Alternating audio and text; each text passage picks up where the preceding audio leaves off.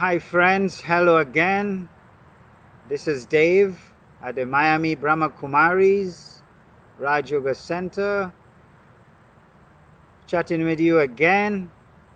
Our topic today is unity or inside unity. What does that mean? When we hear the word unity, we get the feeling of harmony. We get the feeling of oneness. We get the feeling of peace. But how does unity work? And how does inside unity work? What is the mechanism internally? So today we are with you again, and I hope you like our nice backyard garden here. And with me again, it's Vijay. Hi. How are you, Vijay? Good. I'm fine. You like my I e- backyard? Excellent background, but I was wondering why you came outside to find out about inside unity. You probably should have stayed inside to find out inside unity. Well, sometimes when we are too close to something, we ignore it. Aha. So Okay. that's why we have to step back Uh-huh. and look. Yes. So basically, today we are stepping back and looking at what inside unity is all about, Yes. especially what's happening in the country today. There's a lot of protests, a lot of uh, unrest, and what about unity? What about inside unity? How should we get this done? How can we make everyone uh, I feel wanted and appreciated, because we all have compassion for each other, and why can't we share that compassion? So let's hear Vijay's thoughts on today. Well, yesterday was Father's Day, and I guess there was a lot of unity within the families, as everyone must have united within the family in order to honor, to respect, and value the father of the family. So around the father, unity was created. So that's not a bad place to start. Start with unity around something, around father or fatherhood. Oh yeah, Craig, who was our speaker yesterday, was talking about responsibility and unity and fatherhood. But let us examine what it means to have inner unity. What are we talking about? Are we talking about our mind? Are we talking about our thoughts? Are we talking about the soul? Are we talking about our heart? Are we talking about our energy? What really is inside unity? It must be all of those things. Um, Even before we get into the depth of the soul, I mean, there's the question of my feelings, my aims, my objectives, my purpose, what I want to do in life. So sometimes we may say, look, I really want to be happy in life, but we spend a lot of the day doing unhappy things. Or you say, look, I don't really want to get rich, I want to really live a good, quiet life. But you spend all your days working. So sometimes we just have to unite internally whether our actions align with our goals, and then whether the heart is aligned with the mind. And so some type, reorganizing is required inside just to start with what is happening. Am I internally united? Thoughts, feelings, ideas, emotions. How do I spend my time? What do I spend my day? When I respond to something, do I internally respond in a united way? At one level, we can ask, do I respond the same way to the same situations most of the time?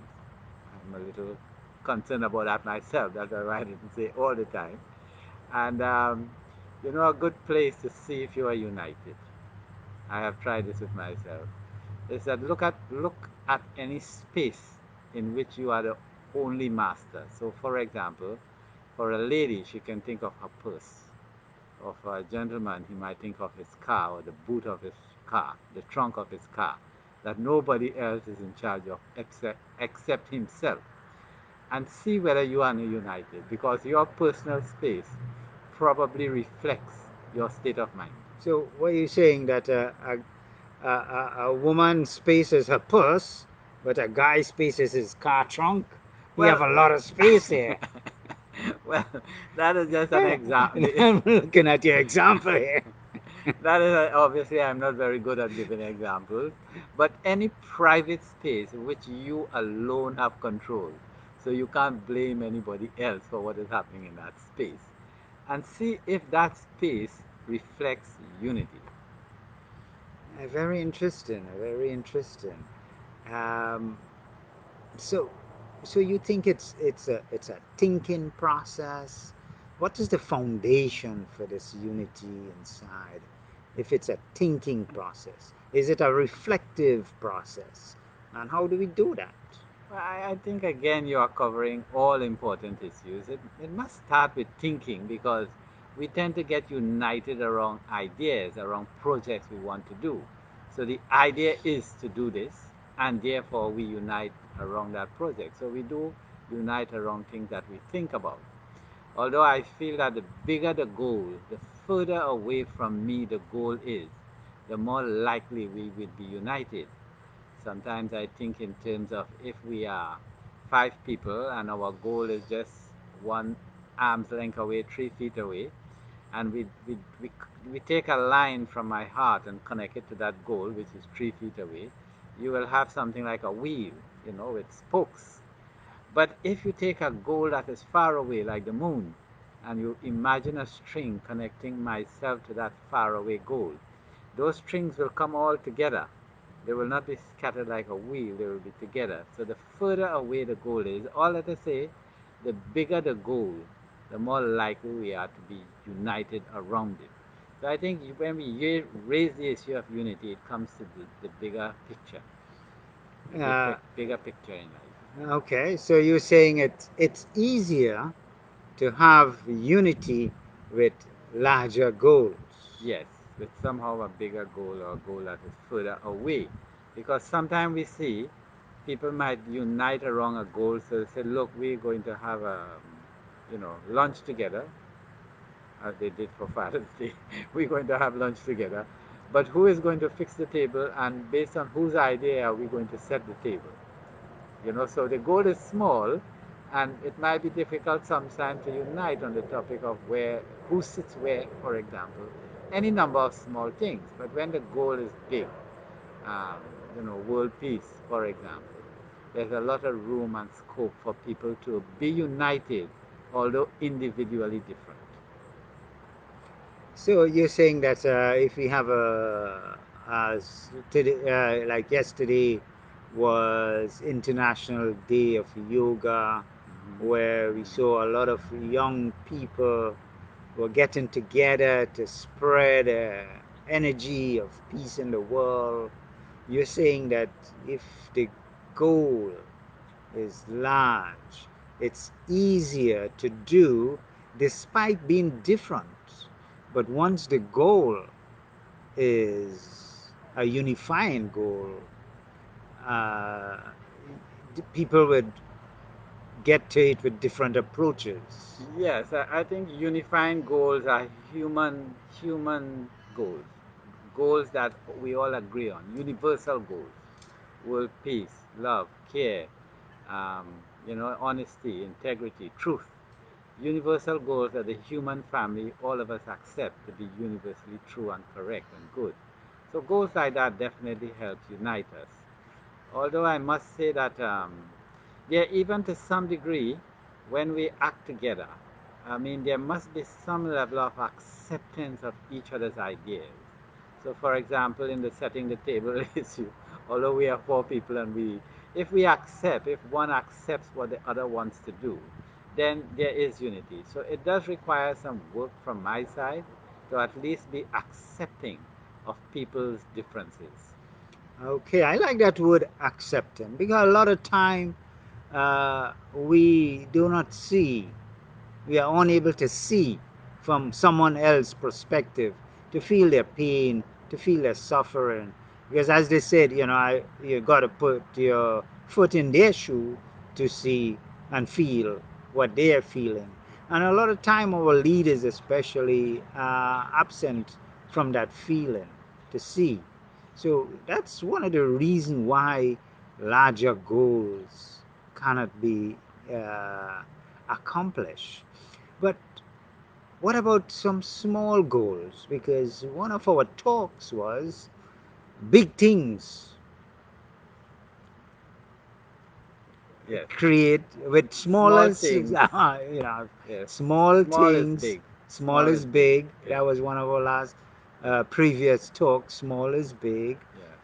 And as we go on the journey of life, as we try to find joy in our journey, it's important to go in that internal unifying thing, that internal unifying energy. For example, I might say that my response to someone who might be saying not so good things about me or about a situation, my response to them, should be neutral or nice. So at the beginning of the day, I might say that, but when we meet and it do have has that encounter, then that changes. So you would say that we lost the goal, or we didn't unify, or didn't have internal unity with our mind and thinking and mood. That's an interesting one. So at one time you had a unified approach. In other words, your approach was positive, and later on it changed later in the day. But I think that's a common experience that many of us at the beginning of the day, we're in a more positive state of mind because we are rested and we are in control. And later on the day, as we get occupied and get tired and even get harassed, the energy drops. And so the capacity to give a positive response, even though we know we should, is not always there. So one way to create some unity is to manage things when you have the energy, when you are capable, when you feel able to do it. And if you do not feel able or you feel your energy level is low, then to put off the dealing with the issue until you feel at least internally more united. Yes, because unity brings there's strength in unity, and there is harmony in unity. Anytime there's unity, it means that all the pieces are coming together, all the persons are coming together, all the energy is coming together. So it's a togetherness. Everything is merging into one.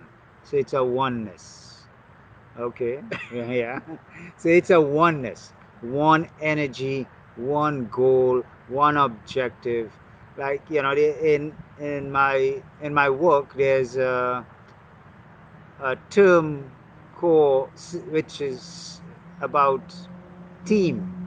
There's no I in team because and actually it's about unity, unifying behind the goal.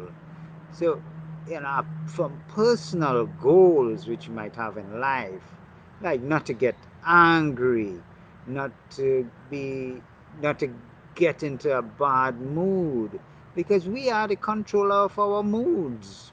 We are the controller of our thinking.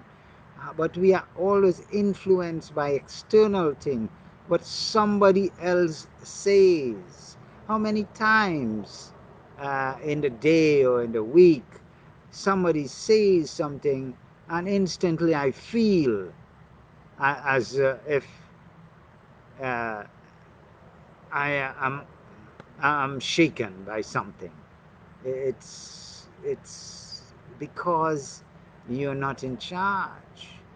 And unity is bringing all your energies in charge. So when you leave your house to go to work, and you interact with other people, you have that goal, that unifying goal. within, that inner unity, to be strong, to have compassion, to be real, to be peaceful, to be loving. All these are shaken and are tested by external factors. And Um, well, as you had said earlier, that we need some space, some distance from the external okay, factors let's get some to, distance. Yeah. to create to create some internal unity. And I think that is really an important thing. That before we face external issues, we should at least kind of create a kind of internal unity before you. So keep some distance if you have any difficult things to face or where you want to create unity. Some preparation will help, and that preparation means at least internally you have sorted out some of your issues and you take a stand on what exactly you want. It is much like the business, as you said, or you said on the job. On the job itself, your bosses might have taken a lot of time to sort out exactly what direction they want to go with the company and the group that they want to be united around what and accomplish what. And they must have also decided on what are some of the rules, the regulations, the procedures. So we really need to do that for me, for my company, for myself, internally. I need to sort out myself on how do I feel, what is really my goal in this job. Suppose I was in that team. Why am I on the team? Do I want to be the head of the team? Do I want to be um, want visibility? Is that more important than the job? If you are told to do something but you don't agree with what is happening, now you have to know why you are here. Are you here in order to get paid, or are you here in order to expound your philosophy? So at least we have to sort out some issues inside before um, before we face the situation. So internally, at least I am more united. I feel rested. I feel focused. Um, and there's ways to work on that as well. And and building that, we use meditation. A lot of time we are told how to do a job, how to move around and take care of ourselves, but we are hardly ever told how to think. What's the right way to think? So meditation is that process of teaching us the right way to think, and meditation is a thinking thing. And now Vijay would give us some idea and take us on a journey of some internalizing, where we could find joy in our journey. Mm-hmm. Mm-hmm. One of the easy things would be to breathe deeply and relax. Even if you did not have a lot of time to face a situation, stop, observe, and breathe. So let us do that. Stop and a few deep breaths, and feel that the energy of your body comes to the center of the forehead, and let the mind turn within. I feel at peace. I bring an image of silence.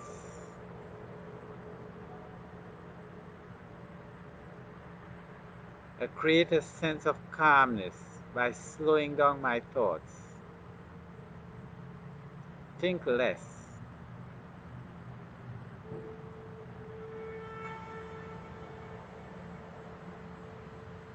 I can let my mind focus on the breathing, so I do not think of any issue at this time.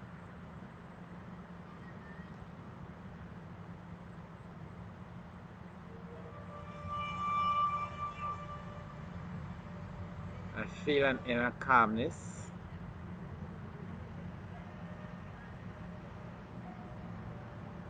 Quietness, silence internally as I continue to breathe.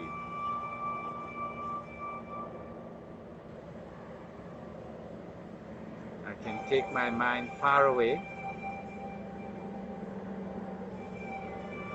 can think of the Supreme Light, the Supreme Soul.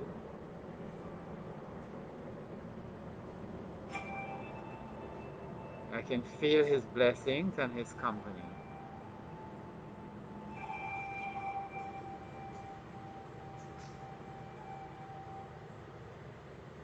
I return to this world, return to the sense of where I am,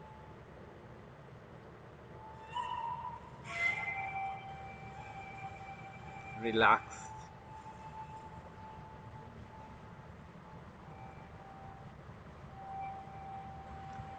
and I take my day as it will come.